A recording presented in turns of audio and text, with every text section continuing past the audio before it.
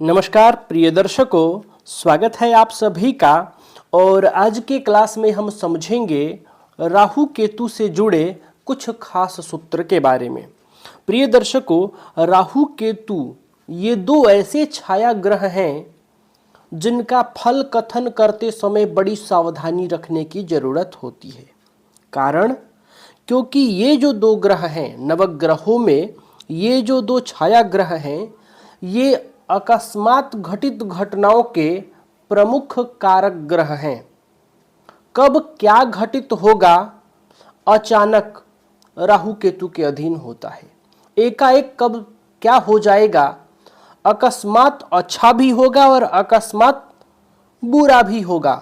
ऐसा नहीं है कि बुरा ही बुरा होगा। अगर राहु केतु कुंडली में अच्छे हो तो अच्छा भी होगा, और यदि राहु केतु अशुभ हो तो खराब भी होगा। लेकिन एकाएक अचानक हो जाता है, कोई भी घटनाएं अचानक घट जाएं तो समझिए कि राहु केतु के प्रभाव उसमें जरूर होगा। तो इन दोनों के फल ज्ञात करते समय हमें बड़ी सावधानी रखने की जरूरत होती है। इसी को सरल करने के लिए आज मैं आपको राहु केतु से जुड़े कुछ खास सूत्र बताने जा रहा हूं। और आज के क्लास में हम इन दोनों ग्रहों के मात्र 7 सूत्र समझेंगे। आप यह देखिए, यही 7 सूत्र मैं आपको बताऊंगा, जिसमें राहु के 3 सूत्र और केतु के 4 सूत्र का आज हम अध्ययन करेंगे। सबसे पहले आप राहु देखिए। राहु के गुण दोष प्रायः शनि की भांति ही है। अब आप इस लाइन से यहां समझिए कि एक राहु है, दूसरा शनि है। अब ये राहु और केतु क्या है? छाया ग्रह हैं। इनका अपना भौतिक स्वरूप कुछ भी नहीं है। नवग्रहों में भौतिक रूप से शरीर आप मान लीजिए कि अस्तित्व मान लीजिए, सूर्य से लेकर शनि तक 7 ग्रह ही हैं। ये 2 ग्रह छाया हैं। तो काफी कुछ इनका जो स्वभाव होगा वो दूसरे ग्रह पर निर्भर होगा। ये किसी और ग्रह के तरह हैं। जैसा कि आपने अभी पढ़ा कि राहु के गुण दोष प्रायः शनि की भांति होती है, शनि की भांति ही है। इसी प्रकार केतु का भी गुण दोष किसी और ग्रह के अनुसार होगा, उस ग्रह के तरह होगा। उसको भी आगे पढ़ेंगे। तो अब समझिए, यहां यह बात भी ध्यान रखना है कि गुण और दोष राहु केतु खराब है। प्रायः देखिए, आम जनमानस में एक भय का माहौल यह बना रहता है, और इस भय का लाभ कुछ व्यवसायिक ज्योतिषी भी उठा लेते हैं। और वह भय ये है कि कुंडली में शनि राहु केतु या नवग्रहों में शनि राहु केतु बड़े अशुभ ग्रह हैं। इनका जैसे ही प्रभाव आता है व्यक्ति भयभीत हो जाता है, व्यक्ति डरने लगता है। तो इसकी कोई जरूरत नहीं है, डरना नहीं है। देखिए, राहु केतु या शनि हमेशा अशुभ नहीं होते हैं, लेकिन डरने वाली क्या बात होती है कि जब ये अशुभ होते हैं तो बाकी ग्रहों से ज्यादा खतरनाक हो जाते हैं। और यह भी ध्यान रखिए कि जब ये शुभ होते हैं तो बाकी ग्रहों से अधिक देते हैं। तो डरने वाली कोई बात ही नहीं है, क्योंकि देखिए यहां भी लिख रहा है ना, गुण दोष। यहां दोष है तो गुण भी तो है। शनि में जो गुण होगा, जो अच्छाई होगा, वह अच्छाई भी राहु में होगा, और शनि में जो अवगुण होगा, जो दोष होगा, वह भी राहु में होगा। शनि की भांति है, इसीलिए कहा है शनिवत राहु और कुजवत केतु। कुज कहते हैं मंगल को, केतु को भी। यहां भी सूक्ष्म रूप से बता दूं, देखिए यहां केतु में भी लिखा है, केतु के गुण दोष प्रायः मंगल के समान है। गुण दोष, दोनों में गुण दोष आपको ध्यान रखना है। अब कुज कहते हैं मंगल को, तो मंगल के समान होता है। यानी राहु हो गए शनि के समान और केतु हो गए मंगल ग्रह के समान। तो शनि और मंगल में जो गुण दोष होते हैं वो राहु केतु में भी देखे जाएंगे। शनि की भांति राहु भी काला है, धीमी गति वाला है, रोगप्रद, स्नायु रोग कारक और पृथकता जनक, लंबा और अंधकार प्रिय तथा भय कारक है। एक बात आपको फलादेश में यहां बताते चलूं कि राहु पृथकता जनक है, यानी अलगाव कारक ग्रह है। अब अलगाव कारक का यहां समझिए, फिर यहां समझिएगा भय। ये दो बात बहुत महत्वपूर्ण है। इसी लाइन में बहुत सारे फलादेश निकल कर आएंगे। वीडियो आज थोड़ी लंबी होगी, लेकिन आज फलादेश के पर्पज से यह जानकारी आपके लिए बहुत ही महत्वपूर्ण होगी। पृथकताजनक, पृथकताजनक समझने के लिए सबसे पहले तो हम यही समझ लेते हैं कि दाम्पत्य जीवन में जब अलगाव होता है, डिवोर्स होता है, तो ये पृथकता है, ये स्पष्ट झलकता है, महसूस होता है। हालांकि इसके अलावा भी कुछ लोग अपने देश से अलग हो जाते हैं, कुछ लोग अपने राज्य से अलग हो जाते हैं, कुछ लोग अपने परिवार से अलग हो जाते हैं। यह सब भी पृथकता है। पृथकता यह भी माना जाता है कि आपकी नौकरी छूट गई, आपका कार्य से आप अलग हो गए, आप घर परिवार रिश्तेदार से अलग हो गए, यह भी पृथकता में आता है, जिस पर राहु का प्रभाव होगा। लेकिन पृथकता अलगाव को समझने के लिए सबसे पहले आप दाम्पत्य को समझिए। पति पत्नी में जो अलगाव होता है, पृथकता होता है, डिवोर्स, यह पृथकता है और इसमें भी राहु की भूमिका होती है। हालांकि राहु और शनि, जैसा कि आपने शनि की भांति समझा, तो शनि में भी पृथकता है, लेकिन राहु शनि के अलावा भी और भी ग्रह हैं जो पृथकता के कारक हैं, अलगाव कारक हैं। आगे मैं उनको भी बताऊंगा, लेकिन आप अभी यहां समझ लीजिए कि राहु का जो प्रभाव होगा वो अलगाव कारक होगा। राहु कुंडली में जिस भाव से संबंध बनाएंगे, उस भाव से आपको अलग जरूर कर देंगे। अगर ये अशुभ हुए तो अशुभ राहु आपको उस भाव से अलग कर देंगे। जैसे सप्तम भाव पर इनका प्रभाव हो तो पति पत्नी में विच्छेद निश्चित रूप से हो जाता है। इसके कारण भय कारक है। अब ये समझिए, इसके बाद जब भी आपके मन में भय की स्थिति बनती है, आप डरते हैं, तो समझिए कि कहीं ना कहीं राहु का प्रभाव है। और ये प्रभाव बृहद रूप से तब हो जाता है जब ये राहु चंद्रमा को दूषित करते हैं। जब चंद्रमा भी राहु से पीड़ित हो जाता है तो ये भय वाली स्थिति बहुलता में देखी जा सकती है। बहुत ज्यादा आप डरने लगते हैं, क्योंकि ये भय के कारक हैं और चंद्रमा मन का कारक है। मन में नकारात्मक प्रभाव, निगेटिविटी भरी रहती है, तरह तरह के भय आपको सताते हैं। ये अंधकार प्रिय हैं, रोग कारक भी हैं। शनि भी रोग का कारक है और ये भी रोग के कारक है। अब आइए बात करते हैं सूत्र नंबर 2 के बारे में। राहु तथा केतु अचानक फल देने के लिए प्रसिद्ध हैं। प्रसिद्ध कारक ही है, प्रसिद्ध क्या, ये कारक ही हैं। और राहु ही नहीं, केतु भी देते हैं, अचानक फल देते हैं। यह अचानक फल अच्छा और बुरा दोनों प्रकार का हो सकता है। दोनों प्रकार का क्यों? क्योंकि इनमें गुण भी है और दोष भी है। जब दोष वाली स्थिति होगी तो ये बुरा होगा, और जब ये गुण वाले प्रभाव में होंगे तो फल अच्छा होगा। लेकिन प्रभाव क्या होगा, अच्छा हो या बुरा होगा कैसा? अचानक, अनायास, एक का एक। यदि राहु नवम भाव में, अब देखिए एक सूत्र के माध्यम से, एक उदाहरण के माध्यम से यहां समझा रहे हैं। यदि राहु नवम स्थान में हो और नवमेश बलवान हो, विशेषतया बुध नवमेश होकर बलवान हो, तो अचानक भाग्य चमक उठता है। अब आप इस सूत्र से यहां ये समझिए कि यदि राहु नवम स्थान में हो, राहु कहां बैठे हो? नवम स्थान में। अब ये वाला नवा स्थान है, आपको राशि नहीं देखना है, स्थान देखना है। अब देखिए स्थान कितने हैं, एक ये हो गया, 1 2 3 4 5 6 7 8 9, ये नवा स्थान है। अब यहां राशि जो भी हो, तो अब कहा कि विशेषतया यहां बुध नवमेश हो। तो अब बुध नवमेश कब होंगे? जब यहां बुध की राशि हो। बुध की राशि कौन कौन सी है? 3 या 6, दोनों में से कोई एक राशि यहां हो तो बुध हो जाएंगे नवमेश। लेकिन इस बुध के साथ साथ आप यह भी समझिए कि इस घर में, इस स्थान में जो भी राशि हो, उस राशि के राशिपति यदि बलवान हो और राहु यहां पर बैठे हो, यानी भाग्य भाव में राहु बैठे हो और भाग्य भाव का जो भी मालिक ग्रह बन रहा हो वो बलिष्ठ हो, तो अचानक भाग्य चमक जाता है। क्योंकि राहु जिस घर में है, उस घर के यदि अधिपति ग्रह बलवान हो तो उस भाव की थोड़ी वृद्धि हो जाती है। अब यहां यह भी ध्यान रखना है कि वो राहु के मित्र ग्रह हों। इसीलिए यहाँ विशेषतया कहा क्योंकि ये बुध जो है वो राहु के मित्र हैं। तो विशेषतया बुध नवमेश होकर बलवान हो तो भाग्य चमक उठता है और अनजाने में ही बहुत लाभ तथा पदवी आदि प्राप्त हो जाते हैं। भाग्य के बदौलत सब कुछ मिल जाता है।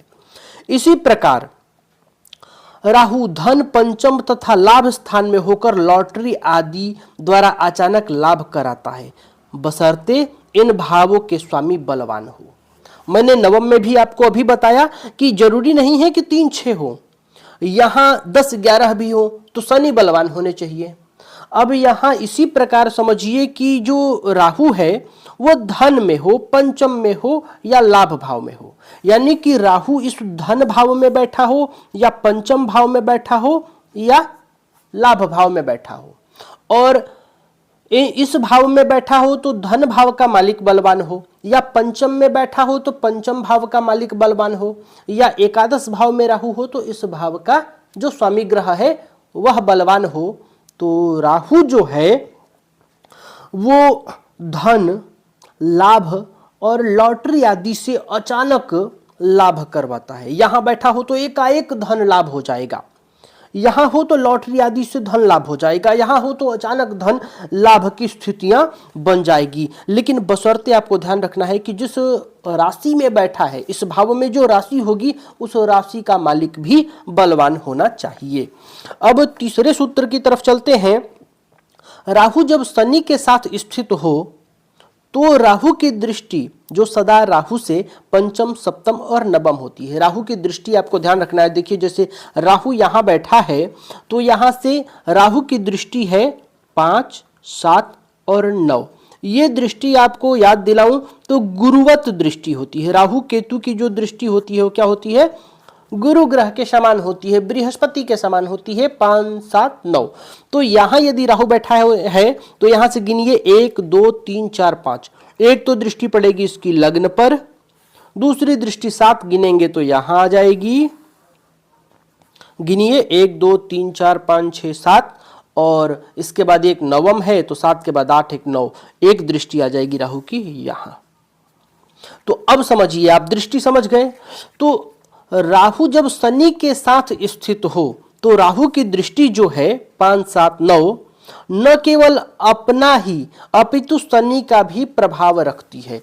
अब यहां स्थिति ये क्या कहा कि यहां राहु बैठा है लेकिन यहां पर शनि ग्रह भी बैठ गया, शनि ग्रह भी बैठ गया। तो यदि शनि न हो तो इन स्थानों पर, अब राहु यहां है तो इन स्थानों पर, राहु कहीं और होगा तो आप वहां से 5, 7, 9 गिन लीजिएगा। तो यदि शनि यहां पर न हो तो राहु की इन स्थानों पर दृष्टि केवल अपनी जाएगी। लेकिन यदि यहां शनि बैठा हो तो शनि के पास ये वाली दृष्टि नहीं है, यानी 5, 7, 9 दृष्टि नहीं है। शनि की दृष्टि है 3, 7 और 10। ठीक, ये शनि की दृष्टि है। तो शनि की दृष्टि तो 5, 7, 9 है नहीं, लेकिन 7वीं दृष्टि तो सबकी सेम हो जाएगी, लेकिन 5वीं और 9वीं नहीं है। लेकिन राहु के साथ होने से राहु की इन स्थानों पर जो दृष्टि जाएगी उसमें शनि की भी दृष्टि मानी जाएगी। अब यहां ये देखिए, न केवल अपना ही अपितु शनि का भी जो प्रभाव होगा वह राहु की दृष्टि में होगा। यही कहा, न केवल अपना ही अपितु शनि का प्रभाव भी रखती है। और विशेष किस बात पर रहेगा? तो पृथकता आदि अनिष्ट फल देने वाली होती है। यानी यहां से जो यहां दृष्टि जाएगी तो यहां पृथकता, यानी ये देखिए, यहां समझिए ये संतान भाव है तो संतान से अलगाव करने वाली स्थितियां बना देगा। जब यहां शनि राहु भाग्य भाव में बैठा हो तो समझिए कि संतान से अलगाव की स्थिति बन जाती है। कारण क्योंकि ये दोनों पृथकता जनक ग्रह है, अलगाव कारक ग्रह है। और जब दोनों एक साथ बैठेंगे तो राहु की जो दृष्टि जाएगी उसमें दोनों ग्रहों का प्रभाव जाएगा। और जब दोनों ग्रहों का प्रभाव एक जगह जाएगा तो पृथकता के कारक हैं तो पृथकता बनाएंगे। तो किस भाव का है? तो पंचम पर है तो संतान से अलगाव हो जाएगा। यहां सब तीसरे भाव पे जा रहा है तो भाई बहनों से अलगाव हो जाएगा।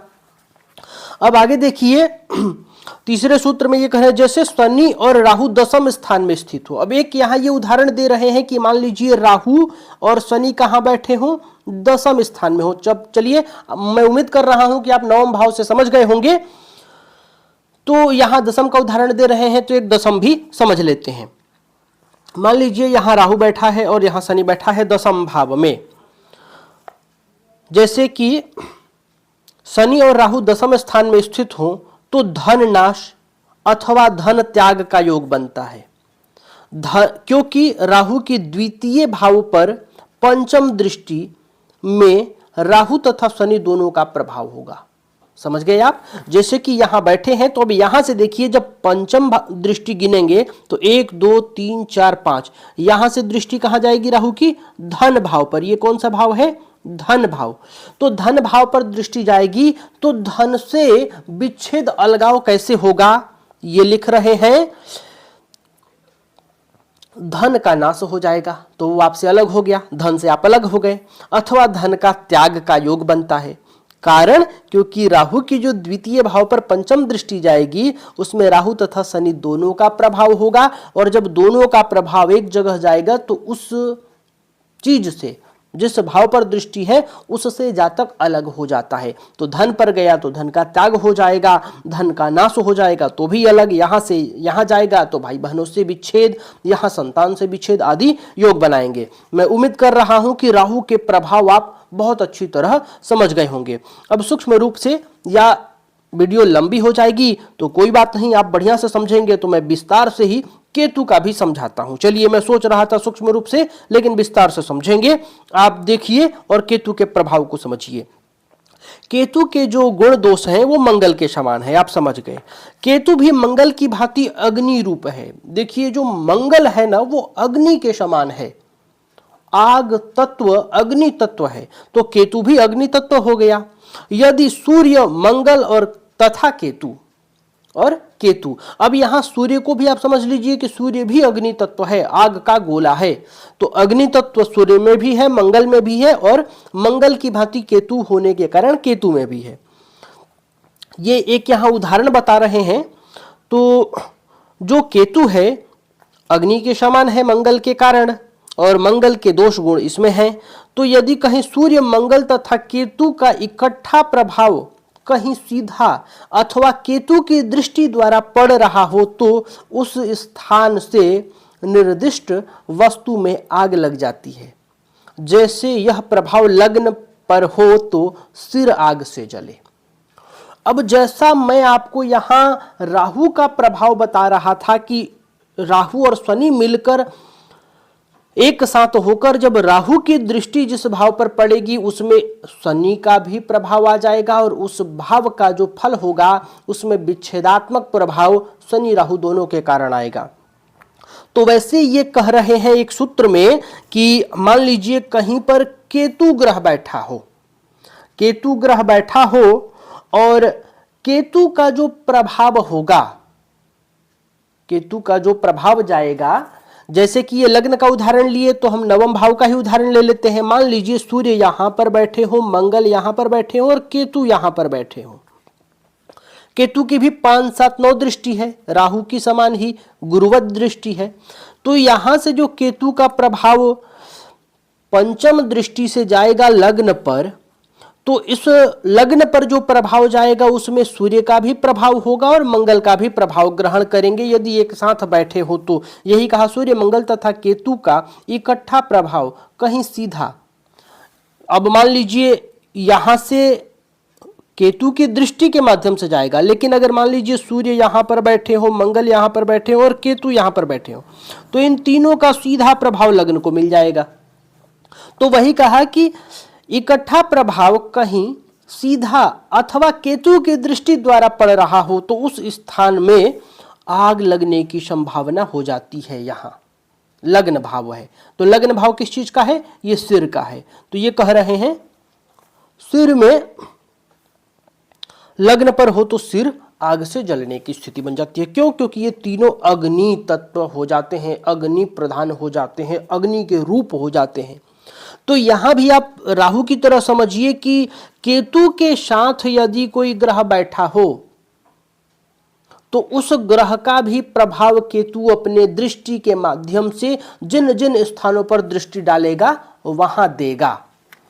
अब चलते हैं तीसरे सूत्र की तरफ। पहला हो गया, दूसरा हो गया स्वक्षेत्री शुभ ग्रह के साथ मिलकर केतु विशेष लाभ देता है। अब यहां आपको ध्यान रखना है स्वक्षेत्री शुभ ग्रह, दो बातें आपको ध्यान रखनी है। तो शुभ ग्रह में सबसे पहले समझ लेते हैं बृहस्पति या शुक्र, ये दो नैसर्गिक रूप से शुभ ग्रह हैं। लेकिन अब कहा स्वक्षेत्री, स्वक्षेत्री का मतलब हो गया गुरु 9 नंबर की राशि में बैठे हो या 12 नंबर की राशि में, शुक्र 7 नंबर की राशि में हो या 2 नंबर की राशि में सॉरी, तब ये शुभ ग्रह स्वक्षेत्रीय कहलाएंगे। यानी स्वक्षेत्रीय मतलब बृहस्पति की अपनी राशि, ये अपनी राशि, शुक्र की 7 और 2 अपनी राशि है, तो स्वक्षेत्र हो जाएगा। स्वक्षेत्रीय हो शुभ ग्रह के साथ मिलकर केतु विशेष शुभ फल देता है, विशेष फल देता है, विशेष लाभ देता है। जैसे स्वक्षेत्रीय शुक्र तुला राशि में केतु के साथ हो तो मनुष्य बहुत धनवान होता है। यही योग नवम में हो तो बहुत भाग्यशाली वह राज्यमान होता है। अब यहां हिटलर की एक कुंडली का उदाहरण दे रहे हैं। हिटलर की कुंडली में धनु राशि का गुरु केतु के साथ स्थित स्थान में है। उसकी क्रूरता, बहुशक्ति व विस्तारवादी इतिहास प्रसिद्ध है। इसी उदाहरण को मैं एक सूत्र के माध्यम से, एक श्लोक के माध्यम से आपको बताया था। शुभ ग्रहो भवेद्यत्र स्वगोत्रे शिखनायुतः तस्य भावस्य प्राबल्यम वक्तव्यंच विशेषतः। इस सूत्र को देखिए, ये मैं आपको पहले बता चुका हूं। शुभ ग्रहो भवेद्यत्र स्वगोत्रे शिखनायुतः तस्य भावस्य प्राबल्यम वक्तव्यंच विशेषतः। यही हिटलर की कुंडली वाला उदाहरण है। अर्थात यदि कोई नैसर्गिक शुभ ग्रह, कौन है? शुक्र और गुरु, नैसर्गिक मान लीजिए, निज राशि में यानी अपनी राशि में, अपनी अपनी राशि में केतु से युक्त हो तो उस भाव को विशेष बलि समझना चाहिए। इसी नियमानुसार इस कुंडली में, किसकी? हिटलर की कुंडली में तृतीय भाव में विशेष शक्ति, वीरता और क्रूरता ग्रहण की जावेगी का मतलब है कि जो हिटलर की कुंडली है उसमें धनु राशि का बृहस्पति, धनु 9 नंबर की राशि में बृहस्पति तीसरे स्थान में बैठे हैं। यहाँ 9 नंबर है, यहाँ गुरु है और यहीं केतु है हिटलर की कुंडली में। तो केतु के साथ तृतीय स्थान में है। उसकी क्रूरता, बाहुशक्ति और विस्तारवादिता इतिहास प्रसिद्ध है। तो यहां तीसरे भाव में, हिटलर की कुंडली में यहां जो केतु है, ये शुभ ग्रह बृहस्पति के साथ बृहस्पति के क्षेत्र में होने के कारण इस भाव के फल में वृद्धि कर दिए, बढ़ोतरी कर दिया, उसका लाभ दे दिया। तो आप हिटलर की कुंडली का उदाहरण, हिटलर के बारे में जानते ही हैं। तो इसी प्रकार यदि ये स्थिति जहां कहीं भी बने, उस भाव का फल अधिक मिलता है, विस्तार से मिलता है, बृहद मिलता है। मान लीजिए भाग्य भाव में बन जाए, बृहस्पति हो, चाहे मान लीजिए भाग्य भाव में शुक्र की कोई राशि है, तुला राशि या वृषभ राशि के शुक्र भाग्य भाव में बैठे हैं और केतु के साथ हैं, तो भाग्य चौगुना काम करेगा, प्रबल भाग्यशाली हो जाएगा जातक। अब चौथा सूत्र देखते हैं। राहु की भांति केतु भी अचानक फल देता है। राहु ही नहीं, केतु भी अचानक फल देने वाला ग्रह होता है। केतु यदि योग कारक ग्रह के साथ स्थित हो तो केतु अधिष्ठित राशि के स्वामी की भुक्ति में लॉटरी आदि से अचानक धन लाभ होता है। कब? केतु यदि योग कारक हो। सबसे पहले देखेंगे कि केतु जो भी लग्न है उस लग्न में योग कारक है कि नहीं, साथ योग कारक ग्रह के साथ हो, और योग कारक ग्रह भी देखना है कि केतु जिसके साथ है वह योग कारक बनता है कि नहीं। अब यहां दोनों बात देखना है। मान लीजिए जो लग्न है वहां केतु भी योग कारक हो, और जैसे कि मान लीजिए यहां बृहस्पति के साथ केतु है, तो बृहस्पति इस लग्न में योग कारक है कि नहीं, बृहस्पति इस भाव में किस पोजीशन में है, अच्छे स्थिति में है कि नहीं, योग करने लायक स्थिति में है कि नहीं। योग कारक ग्रह के साथ स्थित हो तो केतु अधिष्ठित राशि के स्वामी की भुक्ति में। केतु कब देगा, ये फलादेश आप निकाल लीजिए। केतु अधिष्ठित राशि के स्वामी की भुक्ति में।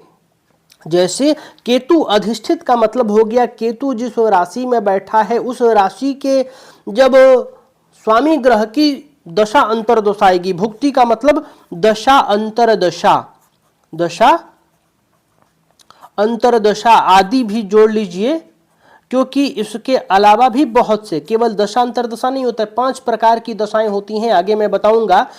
महादशा, अंतरदशा, प्रत्यंतर दशा, सूक्ष्म दशा और प्राण दशा, 5 प्रकार की दशाएं होती हैं। इसके बारे में आगे हम विस्तार से समझेंगे।